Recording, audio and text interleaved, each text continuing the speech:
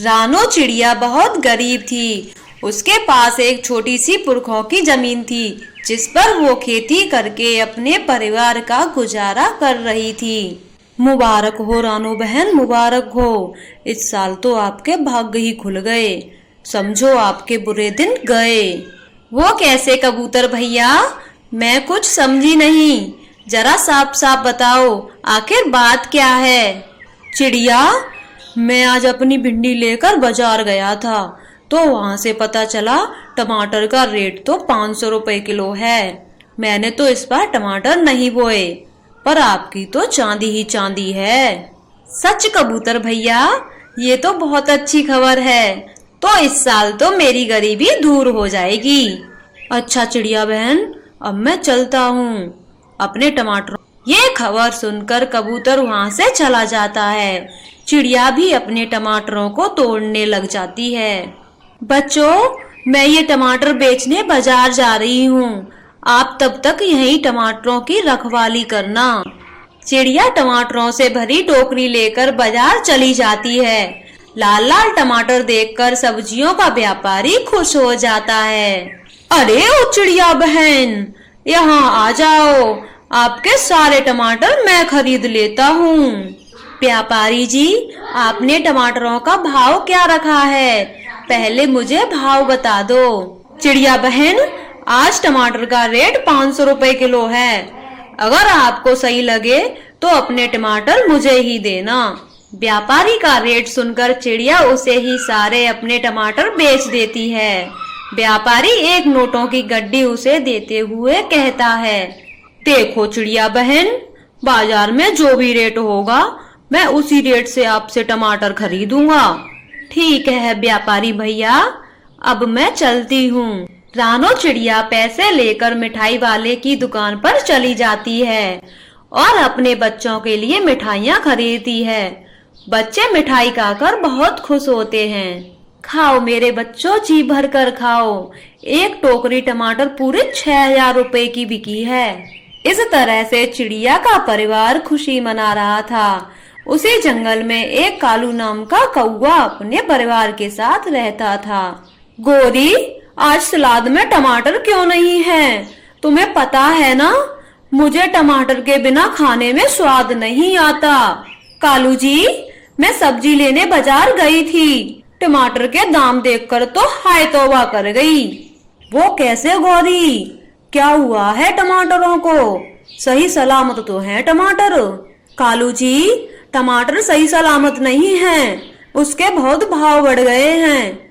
हम जैसे तो टमाटर देख भी नहीं सकते। तभी मैं कहूँ कि आज सलाद में टमाटर क्यों नहीं है। हाँ कालू जी, टमाटर पूरे 600 रुपए किलो हैं, तो आप ही बताइए मैं सलाद में टमाटर आपको कैसे दे दूं? ये तो बहुत गंभीर समस्या है गौरी, अब क्या होगा? कालू कौआ तो बहुत परेशान हो रहा था क्योंकि कालू कौए को बिना टमाटर के खाना खाना पसंद नहीं था। कालू जी, आप खाना खाए बिना कहाँ जा रहे हो? तुम्हारी बातों का यकीन करने। ऐसे कहकर कालू कौआ बाजार चला जाता है और टमाटरों का मोल भाव करता है। अरे बाप रे, ये गोरी की बच्ची तो एकदम सच बोल रही थी। इस तरह से कालू बिना टमाटर खरीदे अपने घर लौट रहा था कि तभी उसकी नजर चिड़िया के खेत पर जाती है जो कि लाल लाल टमाटरों से भरा हुआ था। अरे बाप रे, कितने सारे लाल लाल टमाटर हैं यहाँ, यहीं से कुछ टमाटर चुरा कर घर ले जाता हूँ। ऐसे सोचकर कालू कौआ चिड़िया के खेत के नजदीक चला जाता है, लेकिन चिड़िया अपने बच्चों के साथ वहाँ पर कड़ा पहरा दिए हुए थी। यहाँ से टमाटर चुराना तो नामुमकिन है, कुछ और ही सोचना पड़ेगा। कालू तुरंत ही अपने घर को भाग जाता है और गौरी कभी को चिड़िया के टमाटरों की खबर देता है। सच गौरी जी, उस गरीब चिड़िया ने इस बार टमाटर की खेती की है। इस बार तो वो हमसे भी ज्यादा अमीर हो जाएगी अगर उसे रोका नहीं गया तो। रोकेंगे कालू जी, उसे हम जरूर रोकेंगे। अब जैसा मैं कहती हूँ ठीक वैसा ही करना। ऐसे कहकर गौरी कभी अपने संदूक से एक कागज निकालती है और उसे लेकर चिड़िया की झोंपड़ी पर चली जाती है। बैठे कालू गौरी, आप अचानक से यहाँ कैसे आए? काम था क्या? चिड़िया, इस कागज को ध्यान से देखो, इसमें तुम्हारे पति टुन्नू का अंगूठा छपा है। हाँ गौरी बहन, टुन्नू जी ने गरीबी के चलते हमारा घर तुम्हें बेच दिया था, उसी का अंगूठा है ये। नाना चिड़िया, घर का ही नहीं, ये इस खेत का भी अंगूठा है। अब ये खेत हमारे हवाले कर दो। गौरी, ये तो बेईमानी है। मुझे टुन्नू जी ने सब बताया था कि तुमसे कितने रुपए लिए थे। अरे रे, एक तो पैसे दो, ऊपर से बेईमानी जैसे शब्द भी सुनो। अभी के अभी ये खेत खाली करो, वरना धक्के मारकर भगाऊंगा यहाँ से। ऐसे कहकर कालू कौआ पास में पड़ा एक डंडा उठा लेता है और चिड़िया को वहाँ से भगा देता है। खेत पर इतना शोर शराबा सुनकर चिड़िया के बाकी पक्षी दोस्त भी वहाँ पर आ जाते हैं। कालू, तुम यहाँ पर क्या कर रहे हो और चिड़िया कहाँ गई? कबूतर, मरने से पहले चिड़िया का पति हमें अपना घर और खेत बेच गया था, तो बस आज हमने अपना खेत खाली करवाया है। लेकिन हमने तो सुना था कि सिर्फ टुन्नू ने घर बेचा था, खेत का तो कहीं नाम नहीं था। मोटे कबूतर, तुम क्या टुन्नू के साथ थे उस वक्त, जो इतने यकीन से बोल रहे हो? गौरी की ऐसी बातें सुनकर कबूतर चुप हो जाता है और अपने खेत पर चला जाता है। गौरी, अब तो खूब टमाटर ही टमाटर खाएंगे और बेचेंगे भी। आपने तो चिड़िया को खूब बेवकूफ बनाया। इस तरह से वो दोनों बहुत खुश हो रहे थे। इधर चिड़िया का तो रो रो कर बहुत बुरा हाल था। टुन्नू जी, आखिर आपने ये खेत क्यों बेचा?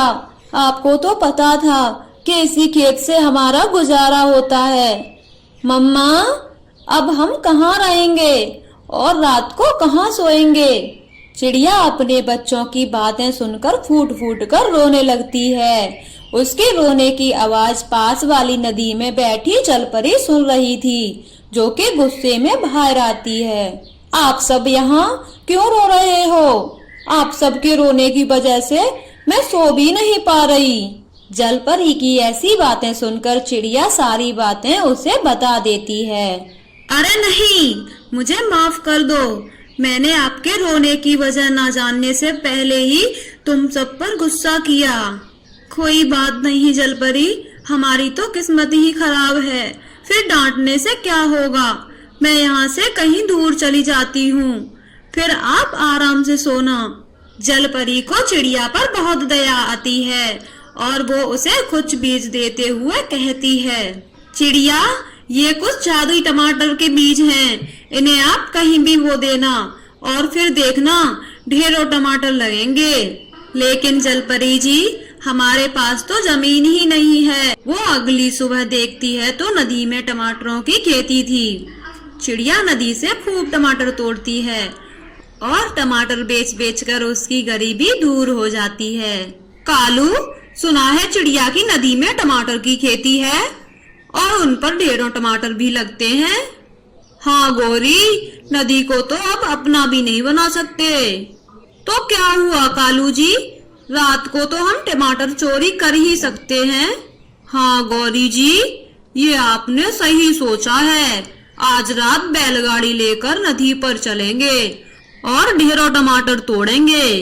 इस तरह से कालू गौरी रात होते ही नदी पर चले जाते हैं और गाड़ी भरकर पूरी रात टमाटर तोड़ते हैं। दाम पूरे भी दे पाओगे या नहीं? पूरी गाड़ी भरी पड़ी है टमाटरों से। व्यापारी गाड़ी भरे टमाटर देखकर बहुत खुश होता है और एक बड़ी रकम देते हुए टमाटरों पे से कपड़ा उठाता है। वो कपड़ा उठाते ही चौंक जाता है। ये क्या कालू गौरी, गाड़ी तो पत्थरों से भरी हुई है। अच्छा, तो मुझे बेवकूफ बनाकर लूटना चाहते थे। फिर व्यापारी सेठ अपने साथियों को बुलाकर गौरी कालू की खूब पिटाई करवाता है। हाय कालू जी, ये पत्थर कहाँ से आए? हमने तो टमाटर ही तोड़े थे। गौरी भागो यहाँ से, वरना ये व्यापारी हमारी जान निकाल लेगा। इस तरह से वो दोनों अपनी जान बचाकर वहां से भाग जाते हैं। वो अपने किए पर बहुत पछताते हैं और भागे भागे चिड़िया का खेत उसे वापस करते हैं।